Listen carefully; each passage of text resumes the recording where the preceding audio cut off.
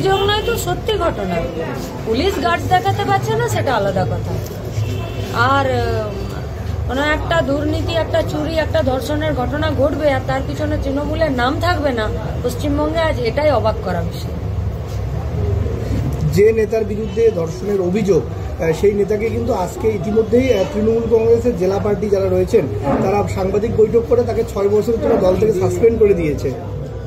তৃণমূল যদি সত্যিকারেরই সাসপেন্ড করতে লাগে না তো 6 ঘন্টা বেরোবে না, গোটা তৃণমূলটা সাসপেন্ড হয়ে যাবে, গোটা তৃণমূলটা সাসপেন্ড হয়ে যাবে। চুরি, লুট, দুর্নীতি, ধর্ষণ, আইন বিরোধী কাজ কিসে নেই বলুন তো? তৃণমূল কিসে নেই? দাঙ্গা লাগানোতেও বিজেপির সঙ্গে একদম কাঁধে কাঁধ মিলিয়ে কাজ করছে। তাহলে যদি সত্যিকারেরই সাসপেন্ড করতে চায় তাহলে 6 ঘন্টাও লাগবে না, একদম কালীবাড়ি থেকে, কালীবাড়ি না টালিবাড়ি কি সব আছে ওখান থেকে শুরু করে দিনহাটার সব কটা সাসপেন্ড হবে। আপনি যে মুহূর্তে দিনহাটায় পা রাখলেন ঠিক একই সময় ঘটা করে মন্ত্রীর জন্মদিন পালন হচ্ছে, আপনার একবারে মনে হয়নি কি শুভেচ্ছা জানাবেন? সবার জন্মদিনে সবাইকে শুভেচ্ছা রইল, সৎ পথে থাকুন, যারা অসৎ পথে আছে তারা পাবলিকের মারের জন্য তৈরি থাকুন। উত্তরকন্যা অভিযান রয়েছে আগামী 28শে মার্চ, কিভাবে প্রস্তুতি রয়েছে কিছু বলেন? বেকারি বিরোধী দিবস, গোটা পশ্চিমবঙ্গে বেকারত্বের বিরুদ্ধে এই যৌবনের হাতে কাজ দেওয়া, যে কাজে তার মেধা এবং তার শ্রমকে সরকার এবং দেশ গঠনের কাজে যাতে আমাদের কাজে লাগতে পারে তার জন্য সাংবিধানিক স্বীকৃতি দিতে হবে কাজের অধিকারকে। ডিওয়াইফাইয়ের মূল দাবি এবং সেই দাবিকে বাস্তবায়িত করার জন্যই 53টা বছর আগে বেকারি বিরোধী দিবস 28শে মার্চ হয়েছে।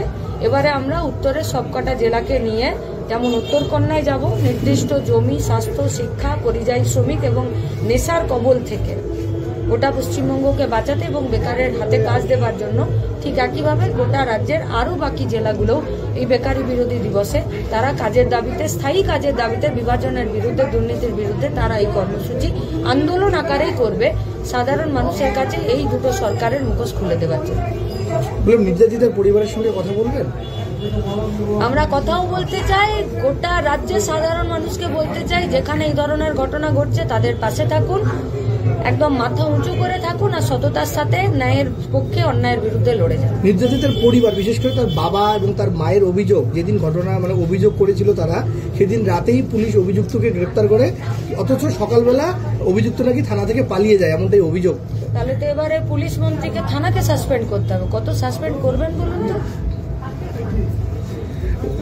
আরেকটি বিষয়, গোটা রাজ্য জুড়ে ভুয়ো ভোটার দেখা যাচ্ছে, ভুয়ো ভোটার নিয়ে কি বলবেন? কেন দেখা যাবে বলুন তো? বিএলএ কারা? বিএলও কারা? কারা বিএলও?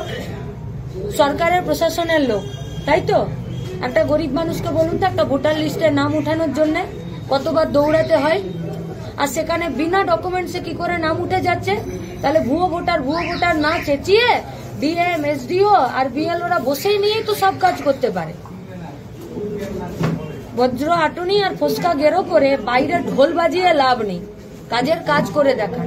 দুটো সরকার নীতিহীন, দুর্নীতিগ্রস্ত এবং আপাদ মস্তক দুর্নীতিবাজ আর দুষ্কৃতিরাজ তৈরি করার চেষ্টা করছে। তাই কাজের প্রশ্নে, খাবারের প্রশ্নে, শিক্ষার প্রশ্নে এদের কোনো কথা নাই বলে এরা এইসব ধুঁয়ো তুলে বেড়াচ্ছে।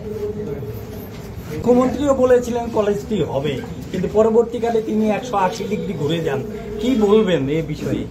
তিনি 180 ডিগ্রি ঘুরেছেন, তিনি 360 ডিগ্রি ঘুরলেও তিনি কলেজ স্থাপন করতে পারবেন না। যে সরকার একটার পর একটা স্কুলে তালা লাগায় সে কি কলেজ খুলতে পারে? কলেজ খুলতে গেলে বামপন্থীদেরকে দায়িত্ব দিতে হবে, বামপন্থীদেরকে দায়িত্ব দিন, দেখুন কলেজ খুলে যাবে। বলছিলাম, ইদানিংকালে আইএসএফ বিধায়ক নওশাদ সিদ্দিকীর সঙ্গে মুখ্যমন্ত্রী সৌজন্য সাক্ষাৎ এবং একই সাথে ফুরফুরা শরীফে মুখ্যমন্ত্রী ইফতার পার্টিতে যোগ দেওয়া, কেমন বিষয়টাকে কেমন ভাবে দেখছেন আপনি? যান, যার যেখানে খুশি যান, কিন্তু সততার সাথে, ন্যায়ের সাথে কাজ করুন। বাম আমলে একটি মহিলার শারীর শিক্ষা কলেজ স্থাপিত হয়েছিল কমল গুহর উদ্যোগে দিনহাটায়, সেটি আজ বন্ধ করে হয়ে যাওয়ার মুখে, কি বলবেন এই সম্পর্কে? গোটা রাজ্যে 8000 স্কুল বন্ধ হয়ে যাওয়ার মুখে, হেলথ সেন্টারগুলো আমাদের চলে না, ইউনিভার্সিটিগুলোতে, আমাদের ডিগ্রি কলেজের সমস্ত কলেজগুলোতে স্টুডেন্টের যে সিট আছে সেই সিট ফিল আপ হচ্ছে না, মাস্টার নেই স্কুলগুলোতে, ডাক্তার নেই হসপিটালগুলোতে। কোন দিকে তাকাবেন আপনি? দুর্নীতিগ্রস্ত সরকার যখন পদে থাকে, চেয়ারে থাকে, তখন মানুষের এরকমই দৈন্যদশা হয়। ঠিক আছে, চলুন।